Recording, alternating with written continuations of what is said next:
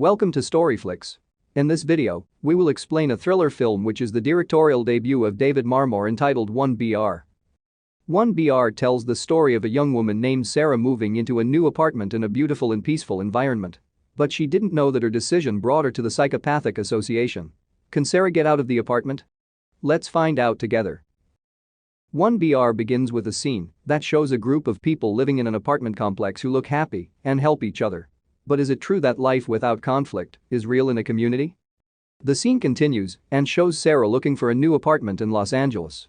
After seeing an advertisement for a Cielo Del Mar's apartment, she stopped by and have a look. This apartment itself attaches great importance to the safety of its residents because it can be seen that there are CCTV cameras everywhere. To open the front door, they have to use a remote that locks the door automatically. A man she met said that they put up tight security after an intruder tried to enter their apartment area. In the apartment complex, everything looked pleasant. Green area, swimming pool, and the residents are kind and always smiling to each other. There, Sarah met an old woman who looked a bit eccentric with thick makeup, which was starting to go senile and almost fell into the swimming pool. In the open house arena, Sarah could see many people looking at the apartment area. And there, Sarah could see that there were some strange marks on the walls. After being asked by Jerry, Sarah said if she wanted to start a new life in Los Angeles. Sarah also lied about owning a pet, even though she has a cat named Giles. All residents in this apartment are prohibited from bringing pets. It turns out that Sarah moved to Los Angeles because she wanted to stay away from her father, so she ran away from home. Her father had an affair with Diana, the nurse who cared for her mother when she was dying. Now, her mother has died. Sarah hates her father so much that she doesn't want to see her father again.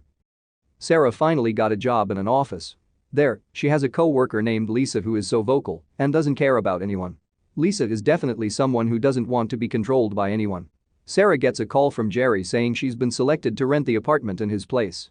Unbeknownst to her, the phone call was the start of her nightmare. From then on, her life would never be the same again.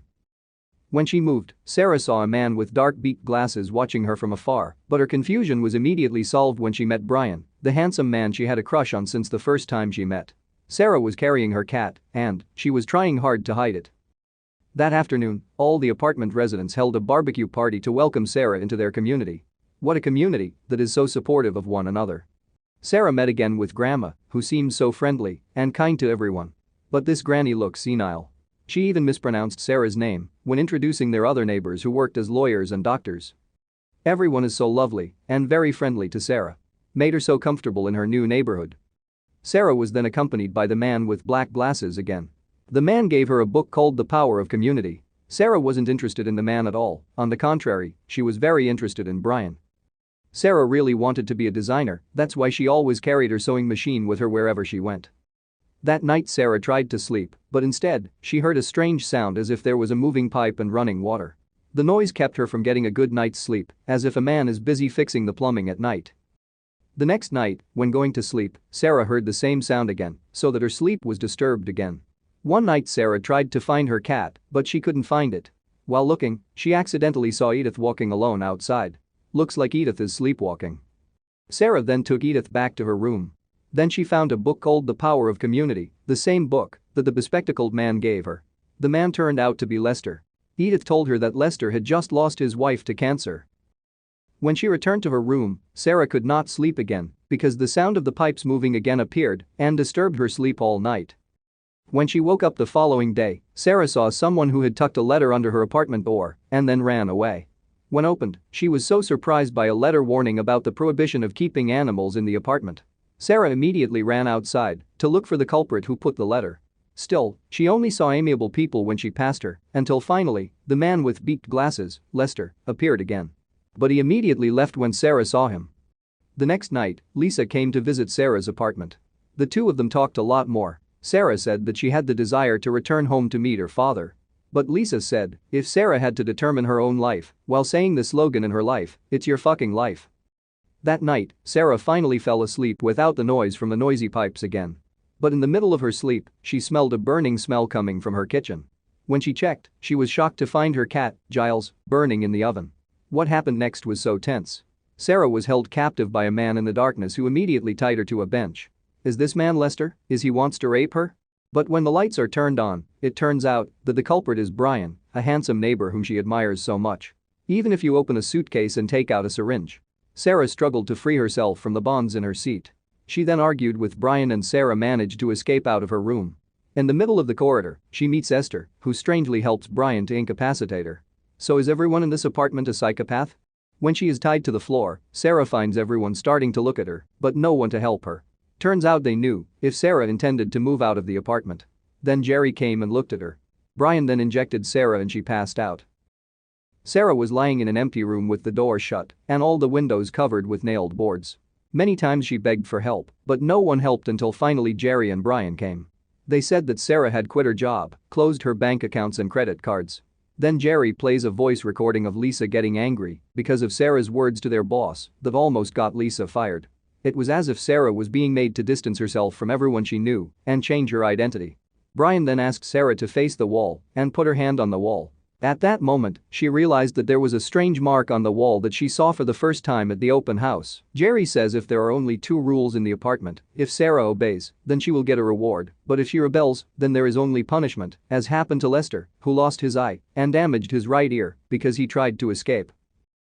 Sarah then faced a wall with her hands against the wall. She was told to bend over to form a stressful position that was so painful. Sarah now had to stand in that position as long as the light was on. If the light was off, then she could rest. Sarah obviously couldn't contain her fear and sadness, but she couldn't do anything because she was being watched by CCTV cameras. Hours Sarah had to bend in that painful position until nightfall, and finally the lights went out. She immediately fell down, exhausted. Then she was only given a drink without food. When the lights came on, Sarah had to hunker down in that painful position for hours.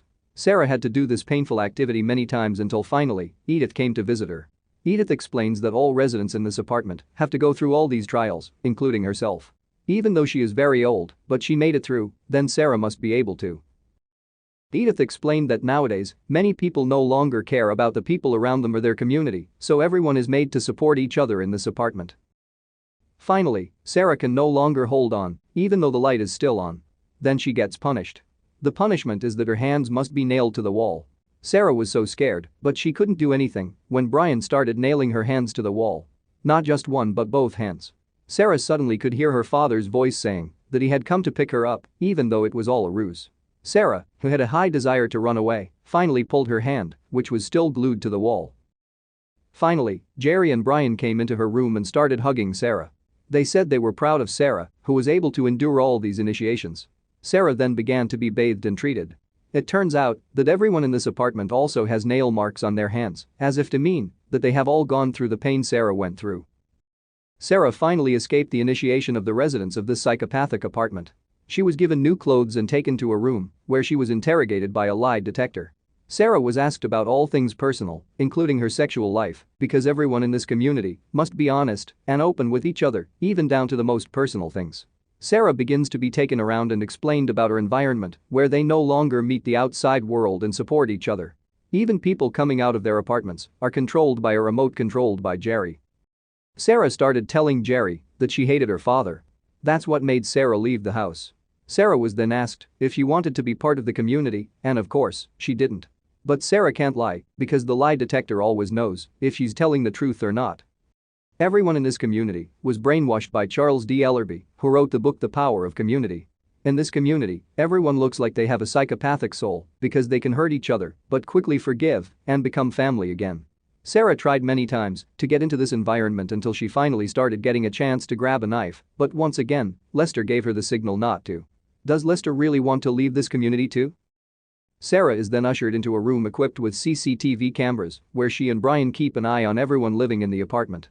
Imagine there is no privacy in the apartment, even when going to the bathroom, because they will all be monitored by CCTV. Also, in the surveillance room, Sarah realized that there were CCTV cameras watching them. If supervisors are being watched, then who is really watching over them? On the monitor, Sarah saw Edith, who started acting strange and almost hurt her. Realizing that, Sarah finally managed to save Edith from danger. Now Edith is lying down, dying. Everyone in the community then came to see her. But unbeknownst to Sarah, if this is the last time for Edith to see the world. If a member is too old and can no longer contribute to this community, then that person must be killed by forcing them to breathe gas. Sarah didn't think this would happen, but she couldn't do anything about it. Edith finally had to die and ended her time in this world. Sarah was then asked again if she wanted to be a part of this community. And Sarah said yes. And this is the end of her initiation. Finally, Sarah became part of the community and was greeted so boisterously by all the residents. Sarah was asked to kneel, then the back of her ear was branded with a hot iron, indicating that she was already part of the community. Finally, after the welcome party, Jerry announced that Sarah would be betrothed to Lester. Sarah couldn't say anything and tried to lie to herself. Because she knows that she has to accept all the rules shared in the psychopathic community. Sarah and Lester are finally married as a couple. Sarah ends up moving into Lester's room and has to live with him. Lester had already waited for Sarah in his room, and Sarah knew she didn't want to have any relationship with Lester. Luckily, Jerry came and said that Sarah's dad came looking for her. Is this a sign Sarah can run away from this community? Sarah is finally reunited with her father, but she must make her father go away for good. Otherwise, her father will be killed. Her father came into her room and tried to persuade Sarah. Sarah showed an attitude as if she really hated her father because Brian was waiting and could kill her father at any time. Sarah was forced to speak harshly and shoot her father out of her apartment. Her father said that he was very sorry for what he did in the past for betraying her mother. Sarah almost melted, but she knew that this was wrong and her father could die. Finally, Sarah lied and said if she told her late mother that her father was having an affair. Her father was so angry that he slapped her and left. Sarah returned to Lester's room. It turns out that Lester is not what Sarah imagined. He had Sarah's sewing machine ready for her. Lester said that he also found it very difficult to accept his life in this community. He even tried so hard to escape and kill himself. But now, they have to accept their fate in this hell. Sarah is back on duty to monitor CCTV, and now she sees people coming to see the apartment. It was there that he saw Lisa come looking for a new apartment. It turned out that Lisa was chosen to live in the apartment and she started moving. Sarah just realized that all sleep disturbances are intentional to stress the new residents. Eventually, Lisa began to going through psychopathic initiation, where she was told to stand facing a wall, but Lisa wasn't like the submissive Sarah. She is tough, rebellious, and challenging to manage. Sarah was eventually asked to speak to her to submit and be a part of this community. But Lisa is really stubborn. Sarah says that she is happy right now, but Lisa knows full well that she is not. So as she always said, it's your fucking life. Sarah knows if she's trying to accept all this, even though her little heart says she doesn't want to be in this place. When Lisa tried to run away, she was finally stopped by Jerry, who immediately tied her hands. Sarah was forced by Jerry to hold Lisa's head because she was about to stick an ice pick into Lisa's ear. And Sarah knows she can't do this. Once again Lisa said, it's your fucking life that made Sarah realize that she doesn't want this kind of life. Without a word, Sarah immediately stuck the ice all right into Jerry's neck. Just as they were just out the door, Jerry shot Lisa in the head and killed her. At this time, Jerry was about to chase Sarah, but Sarah went straight to kill Jerry with the ice pick. Sarah remembers that Jerry had a remote for opening the gate, and when she took the gun from Jerry's hand, Sarah realized that Jerry was part of the victim, just like her. So who is really in charge of all this? Sarah came out, and she tried to scare everyone with a gun in her stagnation. Sarah tries to convince everyone that they can all choose to leave because they all have a choice. Everyone here actually wanted to go, but they all couldn't go because they were too scared. Brian came in and explained that everyone in the apartment couldn't leave, and they all knew that. Sarah says if Jerry is dead and they can all go. Brian said that Jerry wasn't a mastermind behind trapping them all in this apartment. Sarah couldn't help herself, and she accidentally shot Brian and killed him. Sarah tried to get out by pressing the remote to open the gate.